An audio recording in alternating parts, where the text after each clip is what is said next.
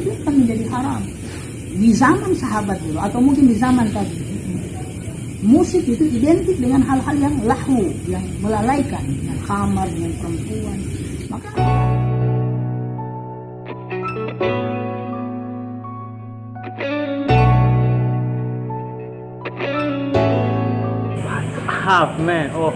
Assalamualaikum warahmatullahi wabarakatuh. Waalaikumsalam warahmatullahi wabarakatuh. Bertemu lagi dengan saya di Second Night. Lebih tepatnya itu kita berjumpa lagi kita di podcast podcast Notesa. Yang baru di sini ada pemandangan, bukan lagi dalam ruangan, dan dengan Ustadz saya ini, kakak saya sebenarnya. Masya Allah. Ustadz Ali Zainal Abidin. Ya. Masya Allah. Nah, jadi malam kali ini bukan lagi yang lucu-lucu, yang viral-viral. Sekarang kita akan coba berdiskusi tentang apa? Tentang ya ilmu, tentang agama, keseharian beliau, tentang ilmunya beliau yang paling penting, ya kan? Kalau untuk yang lain-lain silakan datang di Majelis Jibril di Masjid Al-Makmur, Jalan Guru Tua, ada di sebelah. Kamu tahu sudah itu? Tegang saya ini. Kamu tidak tahu, tidak banyak gerakku ini. Oke.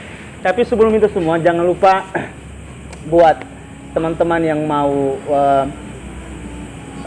order merchandise Filosofia, silakan DM Perbisnis. Nanti saya buat taruh deskripsinya di bawah. Oke, men? Oke. Sekarang, Assalamualaikum Ustaz. Waalaikumsalam warahmatullahi wabarakatuh. Jadi Ustaz, selamat datang dulu di podcast Notesa. Jadi ini channel, ya bukan juga channel yang Ustaz, apa ya, baru lah gitu, yang maksudnya biar kita juga dapat dapat membagi ilmu lah lewat ini. Jadi insyaallah. Jadi di sini Ustaz, nah banyak sekali sebenarnya, bukan cuma dari teman-teman Jibril, dari mungkin dari teman-teman yang lain, khususnya teman-teman kesenian atau teman-teman kan kemarin saya sempat buang. Kira-kira apa yang saya mau tanyakan dengan Ustadz Zainal ini gitu. Iya kan? Karena dan juga salah satunya ada keresahan dari saya sendiri. Jadi makanya kenapa sampai memerankan diri untuk menaruhkan dengan antum ini, bagaimana kalau podcast dengan antum ini seperti gitu itu ya? masalah. Jadi sebenarnya saya tegang sih, bukan tidak tahu. Jadi santai. iya, apa ya, dari begini saya langsung saja Ustaz ya. Yang dari ada pertanyaan teman yang satu ini, biar kita semua tahu, kamu semua yang mau nonton ini, yang konten berfaedah ini nih, yang kamu tulis komentarin berfaedah insyaallah ini. Jadi Ustaz, pertanyaannya Ustaz yang pertama, yang paling mungkin ini lucu kayaknya Ustaz. Lahirnya Ustaz antum kapan? Oh iya. Ya itu dulu, paling pertama sekali dulu. Saya lahirnya di Kalkubula tanggal 24 Januari 1987. Sekarang sudah kepala 3 kayaknya. Sudah mulai tua. Sudah tua. Kalau dengan Fuad itu? Kalau Fuad kita beda berapa tahun ya? 2 tahun, 3 tahunan ya? 2 tahunan. Itu dengan 2 Fuad. tahun, 2 tahun. Masya Allah. Beda sekali, satu kesenian, satu hitam ini Fuad, kamu dengar menonton ini. Terus, nah ini juga satu kan. Saya ini pertanyaan ini mungkin masih di sekitaran saya sebagai kita yang satu lorong, yang dari kecil. Jadi banyak sekali yang kita mau tanya. Ada juga satu pertanyaan yang unik ini. Antum pernah tidak pakai jeans? Pakai jeans? Iya, pakai celana panjang. Selama saya hidup, selama saya cuman saya tidak mau tanyain Fuad. Lebih saya tanyain antum saja. Siapa semua, Irul, siapa segala macam, kita selorong itu penasaran. Antum pernah tidak pakai jeans? Iya. Pakai jeans. Jeans dulu pernah pakai waktu zaman kita masih kecil. Berarti belum ada saya berarti. Iya, zaman masih kecil. Zaman dulu kalau ziarah bulan Ramadan, kalau malam hari itu semuanya pakai baju patabanya. Iya. Pakai sepatu menyala. Orang tua kita tuh belikan yang begitu. Oh, orang tua yang belikan. Iya. Nah, itu terakhir kali sebegitu. Adapun pakai celana panjang Ya terakhir Aliyah SMA. Celana panjang, yang kain atau apa semua. Yang bukan. Berarti jeans ini sudah. Jeans sudah dari kecil saja, kecil. Besar sudah tidak pakai itu lagi. Oh, begitu. Pantas kita tidak akan tahu itu. Kita saja yang tidak kita tahu ini. Jadi mungkin teman-teman yang mungkin anak-anak majelis juga nanti tahu. Ternyata sedangkan saya ini yang satu lorong yang tidak tahu.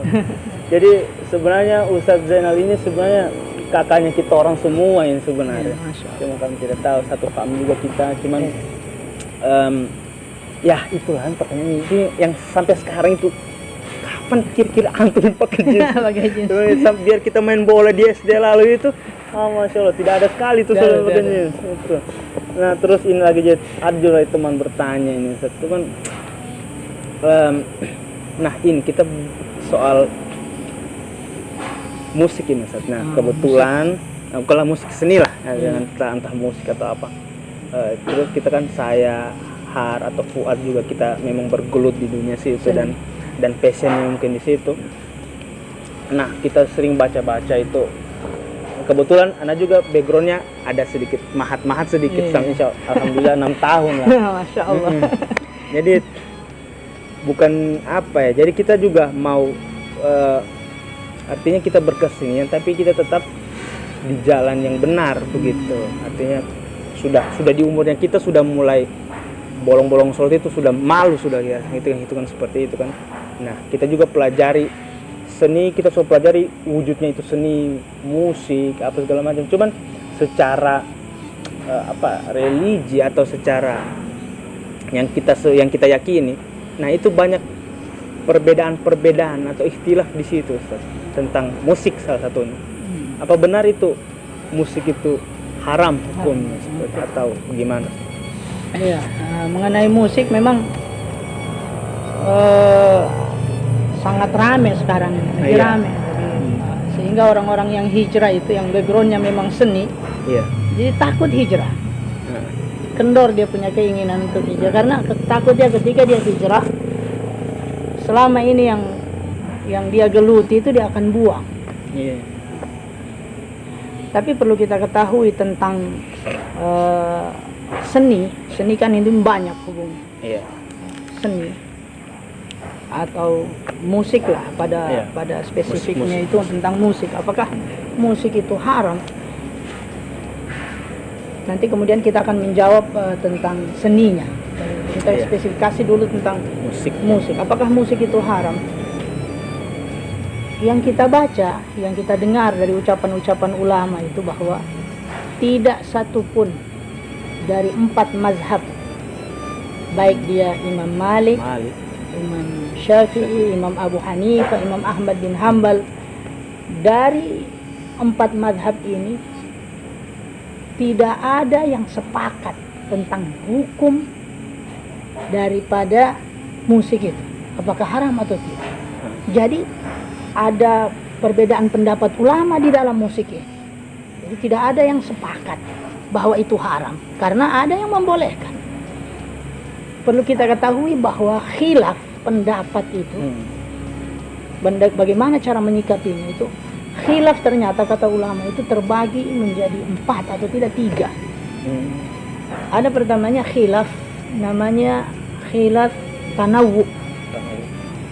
Khilaf tanawwu ini adalah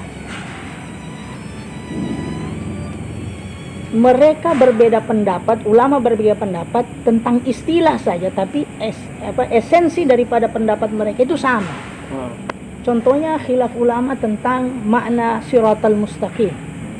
Ada yang mengartikan secara harfiah siratal mustaqim jalan yang lurus. Ada yang mengatakan siratal mustaqim itu adalah agama Islam. Nah, perbedaan pendapat mereka ini padahal esensinya satu saja, cuman berbeda dalam segi istilah, itu khilaf. Ada juga khilaf namanya khilaf mu'tabar. Khilaf mu'tabar itu artinya antum berbeda pendapat dengan ana, tapi antum memiliki argumentasi daripada Al-Quran dan hadis yang sahih, dan sementara saya yang berbeda pendapat dengan antum juga memiliki argumentasi yang sama dari Al-Quran dan hadis, cuman kebetulan bentrok dia punya dalil, tapi sama-sama sahih. Contoh yang lain tentang witir 20 atau 11, sama-sama ada dalilnya. Jadi terjadi perbedaan pendapat di sini. Untuk khilaf mu'tabar, kata ulama, sebenarnya kita harus bertoleransi di sini. Iya. Tidak boleh saling menyalahkan karena antum punya dalil. Pijakan antum Al-Quran dan hadis. Ketika ana mengatakan antum salah, maka secara tidak langsung ana akan berkata Al-Quran dan hadis salah. Iya. Begitu juga sebaliknya. Ada lagi namanya khilaf gairu mu'tabar, lawannya tadi. Antum punya dalil yang kuat, sementara saya punya dalil yang lemah. Ini seperti ini, bagaimana cara kita menanggapinya? Cara kita menanggapinya tentunya kita harus mengunggulkan dalil yang kuat. Khusus masalah musik ini, kata ulama ini adalah khilaf mu'tabar. Oh, mu'tabar. Iya. Mu'tabar artinya yang mengatakan haram ada dalilnya, yang mengatakan tidak haram ada dalil. Iya. Perlu kita ketahui bahwa dari 4 madhab ini tidak satu pun, bahkan pengikut 4 madhab ini tidak ada yang sepakat tentang hukum. Makanya ada kaidah wala tunkiru mukhtalafih. Jangan sekali-kali kalian mengingkari sesuatu yang masih diikhtilaf sama ulama. Iya. Amar ma'ruf nahi mungkar itu tidak bisa ditegakkan pada ranah khilaf, tapi ditegakkan pada ranah yang sudah muhkam bih, yang sudah pasti. Contohnya dalam Al-Quran, khamar itu haram. Iya. Ketika ada orang yang jual khamar, wajib kita orang amar ma'ruf nahi munkar. Tapi kalau bicara tentang khilaf, apalagi itu masalah mu'tabar, antum punya dalil. Iya. Amar ma'ruf nahi munkar tidak masuk pada ranah ini. Jadi salah kemudian orang, saya amar ma'ruf nahi munkar, musik haram, tidak bisa. Antum tidak mengkaji Islam lebih dalam. Kalau sedikit-sedikit seperti itu, nanti bentrok umat. Justru muncul. Banyak yang begitu. Maksudnya karena terus ini tadi yang antum bilang itu tidak Imam Syafi'i, ada 4 imam tadi itu tidak menentukan hukum. Iya. Atau mereka belum yang sepakat mereka tentang keharamannya dari 4 mereka tadi.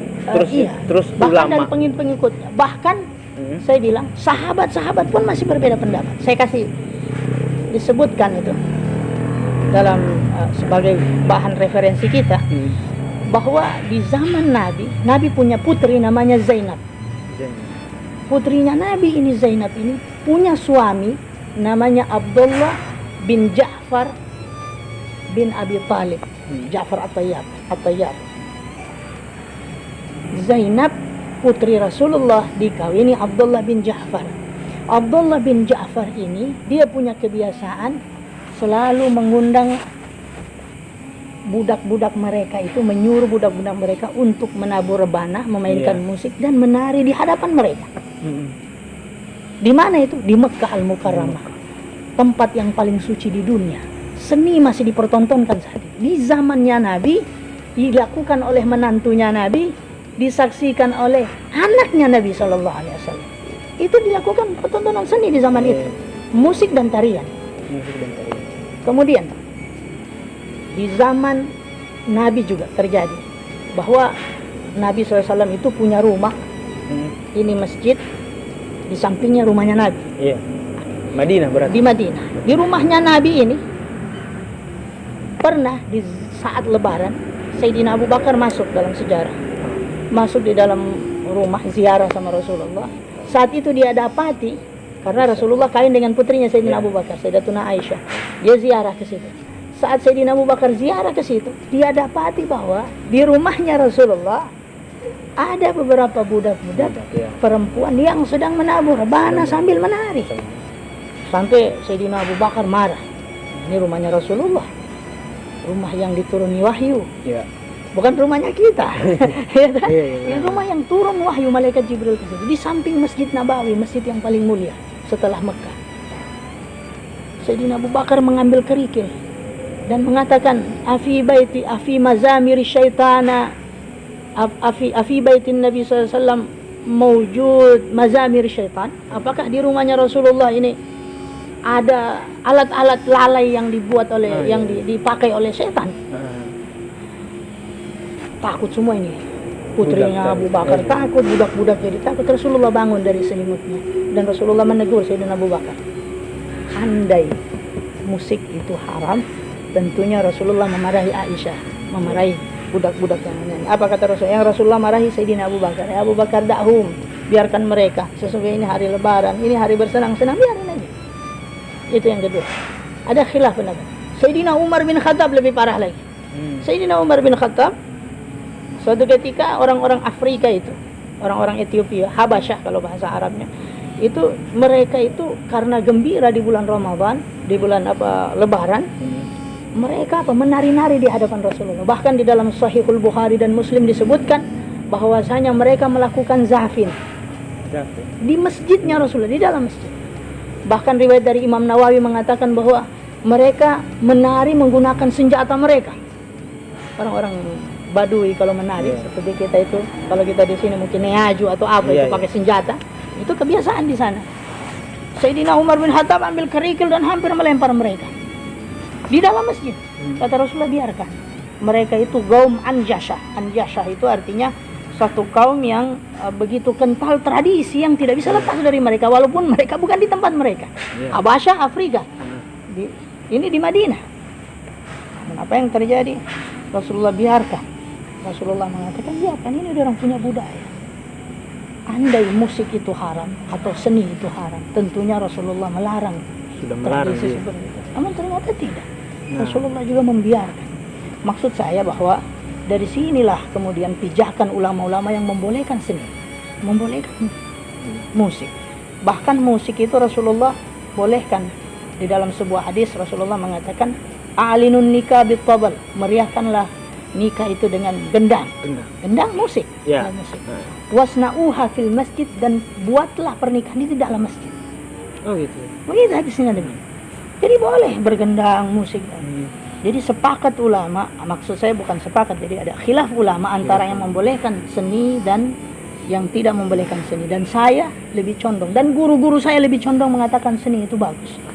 Terus yang ada 30 ulama, yang perlu saya sampaikan, ada 30 ulama dari 4 mazhab Ahlus Sunnah wal Jamaah yang mana mereka semuanya sepakat bahwa musik tidaklah haram, termasuk Imam Al-Ghazali. Imam Al-Ghazali yang mempunyai kitab Al-Mustaswah, kitab usul fikih yang paling kuat di dalam madhab Syafi'i, Al-Wasit, Al-Wajiz, Al-Basit, ulama besar. Ini muncul beberapa orang yang nggak tahu dari mana, tiba-tiba haram ini, haram itu, haram. Dia tidak mengetahui bahwa ada khilaf muktabar di sana. Jadi inilah penyakit kita. Sebenarnya. Itu dia, itu masalahnya. Nah, sekarang begini, yang buat apa yang buat haram itu musik, maksudnya ayat mana atau hadis mana yang buat itu haram? Antum tidak? Yang mana itu yang sampai dibilang musik itu kenapa haram? Menurutnya antum itu gimana? Ada hadis, bukan ayat Al-Qur'an. Hadis. Hadis yang lebih spesifik, sebab ayat Al-Qur'an sifatnya lebih umum. Boleh kita terjemahkan dengan lain-lain. Ada hadis yang mengatakan bahwa mazamir sudah dihalalkan, musik sudah dihalalkan, perzinahan, penyanyi-nyanyi, itu tanda-tanda daripada hari kiamat. Nanti di akhir zaman akan seperti itu. Dari situlah mereka mengambil kesimpulan bahwa musik ini haram karena melalaikan. Tapi kita Ahlus Sunnah wal Jamaah, termasuk daripada guru-guru kita, berpendapat haramnya musik itu bukan pada alatnya, tapi efek. Itu salah satu. Tapi efek yang terjadi, yang dihasilkan daripada musik. Kalau seandainya efeknya itu mendekatkan diri dia kepada Allah, maka menjadi bagus. Tapi kalau seandainya efeknya itu bikin dia maksiat, bikin berzina dan lain sebagainya gara-gara mendengarkan musik, maka dia akan menjadi haram.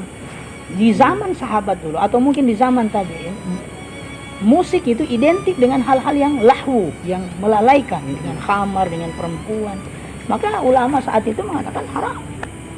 Ya karena ilatnya itu melalaikan. Tapi kalau seandainya tidak, berapa banyak itu musik membangkitkan semangat untuk semangat. Bagaimana juga kita dengar bagaimana Rasulullah disambut dengan tala al-badru alaina dan lain sebagainya. Itu sangat efeknya yang dilihat, bukan pada alat musik. Nah ini lagi, alat musik banyak yang terjebak di situ. Apalagi bicara soal ada pernah saya dengar, mungkin insya Allah masih saya ingat itu, entah ayat atau pernah cerita, itu ada salah satu itu suling itu bahwa itu adalah alat-alat tiup-tiup setan seperti itu. Saya pernah dengar itu, entah itu hadis atau riwayat atau apa, saya pernah dengar. Nah Sedangkan di tradisinya kita, khususnya Kaili yang apalagi bicara tradisi, orang pikirannya pasti tradisi, ritual pasti. Dan ritual itu mempunyai alat segala macam. Nah, apakah perlu mereka tahu ini Ustaz, bahwa alat itu sebenarnya tidak berpengaruh dalam halal haramnya ini musikin alat itu ya, seperti itu Ustaz? Iya, memang mengenai lalove lah. Ya, kalau itu. kita bilang lalove ini adalah alat suli yang seringnya dipakai pada kegiatan adat. Itu zaman dulu, sekarang sudah tidak lagi dipakai dalam orang lagi sumpah lagi apa dia tiup. Ya, apakah kemudian meniup lalove itu haram? Saya kembali kepada pijakan kita bahwa alat itu tidak menjadi patokan. Yang menjadi patokan adalah efek. Andai dengan meniup itu kemudian terjadi hal-hal yang melanggar syariat, orang mabuk, orang apa, maka jadi haram. Tapi kalau seandainya dengan meniup itu jiwa seninya muncul, kepekaan dia kepada sesuatu menjadi muncul, hati yang keras menjadi luluh, ya kan? Itu kadang dibutuhkan pada suatu saat-saat tertentu seperti itu. Maka lihat efeknya nanti. Efeknya bagaimana? Kalau efeknya seumpama positif, maka dia akan jadi positif. Kalau negatif ya dia dihukumi negatif dia nanti. Tergantung daripada efek. Kembali lagi seperti justru itu. Ketika kita mempercayai hal-hal yang mistis seperti itu di alat, justru kita mungkin syirik lah begitu. Karena kita menganggap bahwa lebih kuasa inilah yang bakal turun apa segala macam bencana. Bisa aja dimasukin situ juga. Nah, itu dia. Tidak ada yang memberikan mudarat kecuali dari Allah. Dari Allah sendiri. Nah, itu. Jadi sudah sedikit, sudah lega sedikit untuk teman musik. Nah, untuk teman musik ini. Nah, yang paling parahnya ini di rupa. Cuman saya dilukis. Cuman sudah sempat juga tahu sedikit tentang melukis. Maksudnya hukum-hukum melukis, bahwa alhamdulillah saya tidak bikin patung. Cuman apakah menggambar pun itu juga? Apakah termasuk haram? Nah, seperti itu. Ini juga terjadi khilaf ulama. Sama lagi, Khilaf ulama. Adapun mengenai taswir seperti foto atau apa yang sekarang ini, itu kata ulama bukanlah termasuk daripada melukis di zaman dulu. Atau yang dimaksud hadis bahwa orang yang akan melukis itu dia akan memberikan nyawa kepada yang dia lukis. Kata ulama disebutkan di situ adalah pendapat ulama mengatakan bahwa yang dimaksud dia akan memberi nyawa itu adalah sesuatu yang ada di imajinasinya. Gitu. Dia taruh ular kepala 10 dia gambar.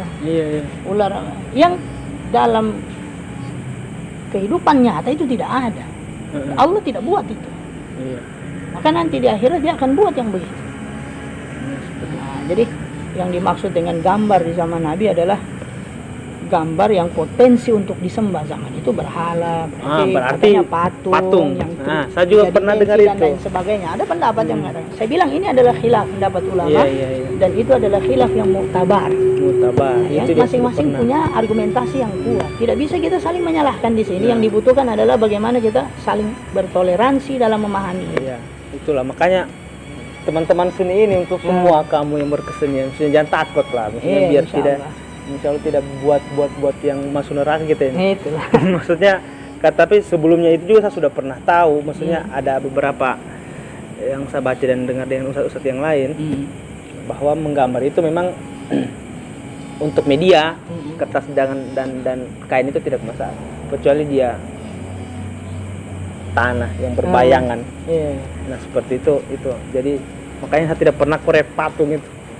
Makanya biasa orang bilang, terus foto itu bagaimana? Kira-kira foto itu sudah ada tidak di zamannya Rasul? Bagaimana sudah kira-kira? Kadang banyak juga orang lima alaihissalam, saya punya sesuatu yang mana Allah tidak punya.